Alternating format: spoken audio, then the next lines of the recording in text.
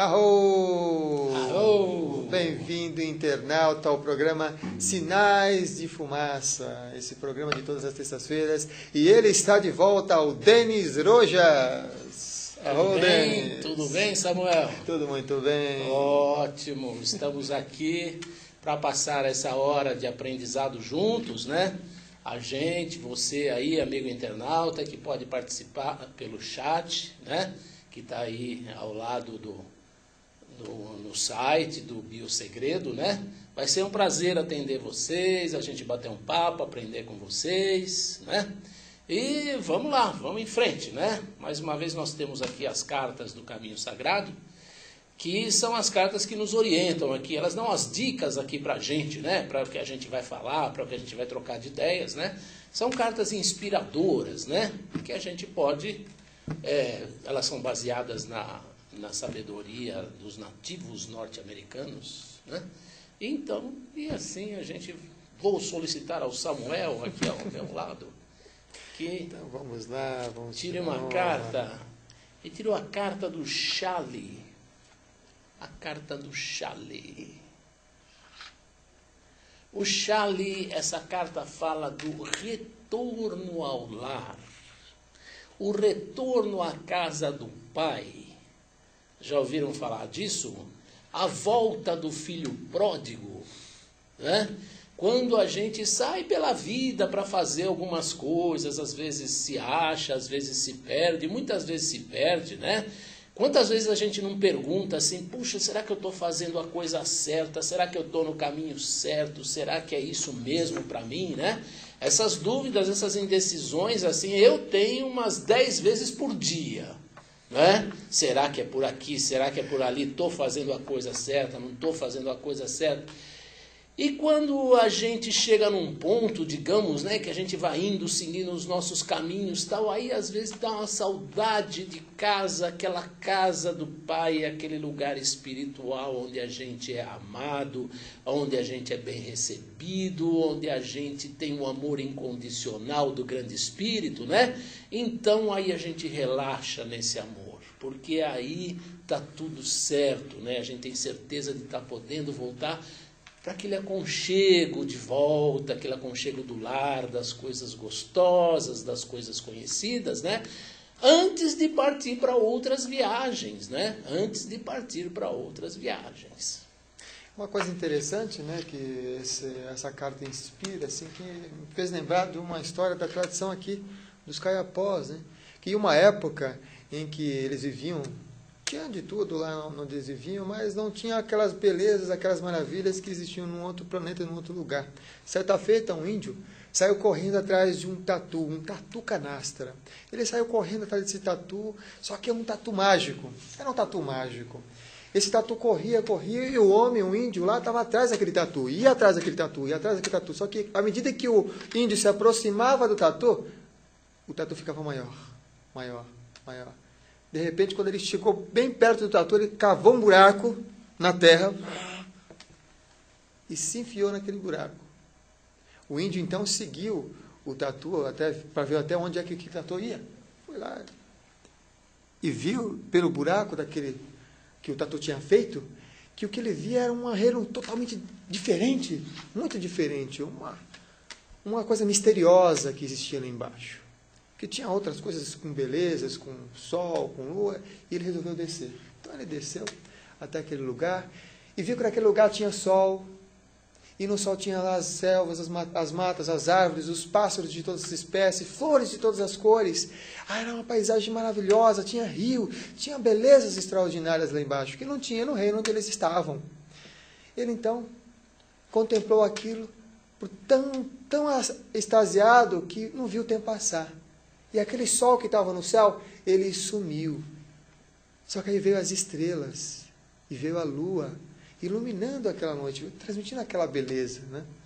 Ele então voltou, depois de contemplar aquele reino misterioso, subiu de novo pela corda, em direção à sua tribo, onde ele vivia. Voltando lá na tribo, ele falou para o pajé, para o chefe da tribo, olha, contou a história, seguiu o tatu, e o tatu ficou gigante, ficava um buraco, e fui parar num lugar muito misterioso. Aí, o que é isso? Não, isso não existe. Vamos seguir, vamos lá, vamos conhecer. Fizeram uma reunião da tribo, vamos lá, vamos conhecer esse lugar. Foram, então, até o local onde estava o buraco, e desceram com um cipó até essa região. Toda a tribo foi descendo para conhecer aquele lugar. Nossa, ficaram todos maravilhados, né? Com aquele lugar que é diferente, é uma novidade, a gente gosta de novidade. Aí diz que desceram, só que alguns ficaram lá. Só que um dos últimos que desceu desse lugar, cortou o tal do cipó. Cortou lá o tal do cipó, ficou agora sem poder subir nesse lugar, né? E aí conta-se que esses primeiros seres índios que desceram desse lugar que era o céu, foram os primeiros caiapós. E que quando ele olha então para as estrelas, são as fogueiras dos irmãos que ficaram lá no céu. E é por isso que muitas das vezes, quando a gente tem essa saudade do grande mistério, a gente também olha lá para o céu. Porque a gente, lá internamente, né, por meio dessas histórias também, a gente sente que o nosso lugar é bem em conexão com esses povos das estrelas, né, com essa conexão com esse povo estelar. E a gente acaba ficando sentindo mesmo uma saudade. Por maior que tenha de maravilhas nesse planeta, nesse mundo, e que tem muitas mesmo. Mas é uma história que traz uma lição que me lembrou, até por causa dessa carta, né, que nos inspira hoje. Samuel é um ótimo contador de histórias, né? Muito legal essa história. Tem um monte que ele sabe, viu? Tem um monte, assim, né? Então, você dessa história maravilhosa, você estava falando da nossa conexão, né, com o mistério, né? Quem é que nunca olhou para o céu numa noite, né, estrelada, bonita, né, principalmente num lugar assim, no meio do mato, né? Aqui em São Paulo mesmo, de vez em quando, tem um céu muito lindo, né? Assim, sabe? Mas, né, se você está naquele lugar, assim, daquela paz, aquele meio de mato, tá, você olhar aquelas estrelas, né? Você olhar a Via Láctea, você olhar as Pleiades, né? São encantadoras, né? Bate aquela saudade de casa mesmo, né? Aquela coisa assim, daquele mistério, nossa, né? Existem muitos relatos, né, de muitas tradições, né, de que cada tradição fala uma coisa, né, assim, de que, sabe, nós somos povoados, né, este planeta aqui, nós somos seres, né, de outros lugares que viemos aqui com uma missão, que viemos aqui com um propósito, que viemos aqui com um aprendizado, né? Então, quando a gente olha, né, para aquelas notícias, dá aquela saudade, né, daquela coisa assim, né, e a gente sente mesmo, né? É verdade. Né? Ou até aquelas pessoas também, né, que estão em lugares distantes, não só em outros planos, né? Essa volta também, né? Voltar para o meu lar, né? Voltar para aquele estado inocente, aquele estado aquela coisa de você estar naquele aconchego. Isso também é uma representação, né, dessa carta, né, que traz essa volta, né? E é verdade. E as estrelas, quando tem assim, esses brilhos aí que a gente observa, elas inspiram muito isso, né? O retorno ao lar, o retorno à casa. E esse retorno, a gente até pode fazer um paralelo, no sentido de autoconhecimento para nós que estamos aqui vivendo nessa selva de pedra, que também é um retorno para nós, é um retorno para a nossa morada interna. Sim. Porque às vezes a gente foge ou viaja para um monte de lugares e não está presente na nossa casa interna, não está. Vai para um lado, vai para o outro, vai para o outro. Quando que você volta para a sua casa interna e você percebe as qualidades, os brilhos como tem nas estrelas, por exemplo, ou as fogueiras como tem nas estrelas, por exemplo, no nosso lar. Um lar em que, e é diferente, inclusive é diferente a concepção de casa e de lar. Casa é um local em si, o lar é aqui onde você se sente familiar com ele. O lar, já disseram, né? O lar é o lugar que, apesar de todas as bobagens que a gente faz na vida, é o lugar onde você é recebido, né? É verdade. Então, né, tem esse sentido mais, né, que a gente estava falando, mais amplo, mais metafísico, vamos chamar assim, mais espiritual, né, de olhar as estrelas e tal, né? Mas é isso mesmo, sabe? Essas nossas jornadas do dia a dia, até você sai de casa, você vai para o trabalho, você vai para a faculdade, você vai e depois você volta para casa, né? É o lugar onde você é recebido, o lugar onde você pode compartilhar dos seus, das suas alegrias, das suas adversidades, enfim, né? É verdade. Então, E você ter um lar, ter um local onde, um ambiente, um espaço sagrado onde você pode voltar, dá sanidade. Você se sente saudável. Eu tenho uma amiga que ela mora na Argentina. E desde quando ela agora decidiu fixar lá na Argentina mesmo. Mas quando ela ficava viajando, indo para lá e para cá, em vários lugares por conta da empresa com que ela estava trabalhando, ela se sentia, eu não sei onde eu estou e nem de onde estou. E aí você perde, né? Você perde realmente... sim. Na vida, se perde realmente Sim. aqui na alma, né? Se perde na alma. A gente precisa ter um local onde a gente pode pousar a nossa cabeça e relaxar, e pode fazer tudo aquilo que a gente gosta de fazer, né? Isso é uma coisa muito legal. E tem até uma participação aqui no chat. Vamos ver aqui. Vamos lá, vamos ver uma participação quem temos aí aqui no chat. Quem está participando é a Claudete. Oi, Claudete. E ela está dizendo, tudo bom? Estamos, tudo bem. Tudo aqui, ótimo, agora marcando com a volta do... Melhor agora. Com um recadinho aqui pelo chat, que bom. Estou aqui ainda em Lisboa. Oh, beleza, Lisboa. Que lugar bonito, que lugar legal, puxa vida. Olha aí. Por favor, será que pelas suas cartas posso saber se haveria alguma possibilidade de voltar ao Brasil? Aí ela fala assim, nossa, eu escrevendo e me sai essa carta. Uau! Uau! Já tá. Então, Claudete, já está respondido, Claudete. Não é, já está respondido, Claudete. Você ligou no lugar certo e saiu a carta. Eu nem vou tirar outra. Essa foi para você. Essa foi para você, Claudete.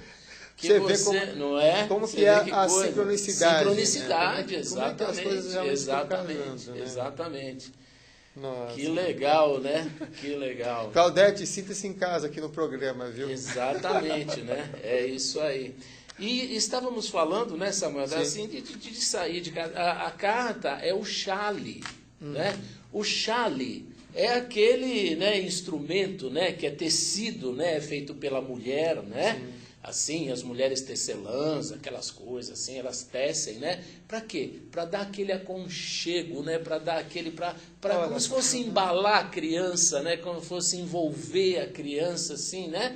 Naquela coisa gostosa, naquele colo de mãe, né? Então é essa a ideia, né? Do retorno para o lar, né? A grande mãe, né? Assim, que tudo acolhe, que tudo perdoa, que tudo gosta, que vibra com alegria, assim, sabe? Então, é essa a ideia, né? A ideia da grande mãe que acolhe, né? Assim, no seu lar, né? É muito legal isso. E tem a ver também com aquela relação, né? De que quando a gente, algumas vezes, quando a gente está perdido, a gente falou sobre ficar perdido porque não tem um lar, né? O chale é aquele que vai aquecer você, né? Porque quando a gente está perdido é como se a gente estivesse no inverno da alma. Exatamente. E aí quando está no inverno na alma, fica uma coisa muito difícil. Esse chale é aquele calor envolvente, né? Do chale para falar, não, aqui você tem um calor e você pode ampliar o seu fogo, porque tem uma chaminha pequenininha, mesmo nesse inverno da alma, porque a pessoa passa, tem uma chaminha lá, e esse chale ajuda a esse fogo, esse calor interno ficar um pouco mais intenso, mais presente, a pessoa com maior calor, que tem a ver com o entusiasmo de viver, né? Que tem a ver com você estar vivo mesmo, o calor, né? Quando a gente está frio, gelado, a gente é como se a gente estivesse meio que hibernando, mas não hibernando no sentido de que estamos não com tanta vitalidade, nem com tanta vida, né? A gente quando a gente perde o calor, é tanto que quando é calor, né? Quando nós estamos aquecidos, é o fogo, né? O fogo a gente sagrado, se movimenta. Né? É o fogo sagrado, né? É verdade. O fogo sagrado. Você falou do inverno da alma, né? Também, assim, outras tradições conhecidas como a noite escura da alma, Sim. né? É aquele lugar por onde, sei lá, né? Muitas pessoas que já trilharam esse caminho espiritualista, tal, né? Chega uma hora de confrontos, né? Os confrontos com os medos, os confrontos com as intensidades, o confronto com os percalços, né? Então, nessa hora, quando se está passando por isso, assim, parece que nada dá certo. Tá? O trabalho não dá certo, você às vezes sofre um revés financeiro, você passa por momentos de separação das pessoas queridas, né? Parece que você tem que mergulhar na sua solidão assim, de uma forma intensa e sozinho, né? E aí com o que você conta só? Com essa chama que você estava falando, com esse fogo, essa fé, essa confiança, né?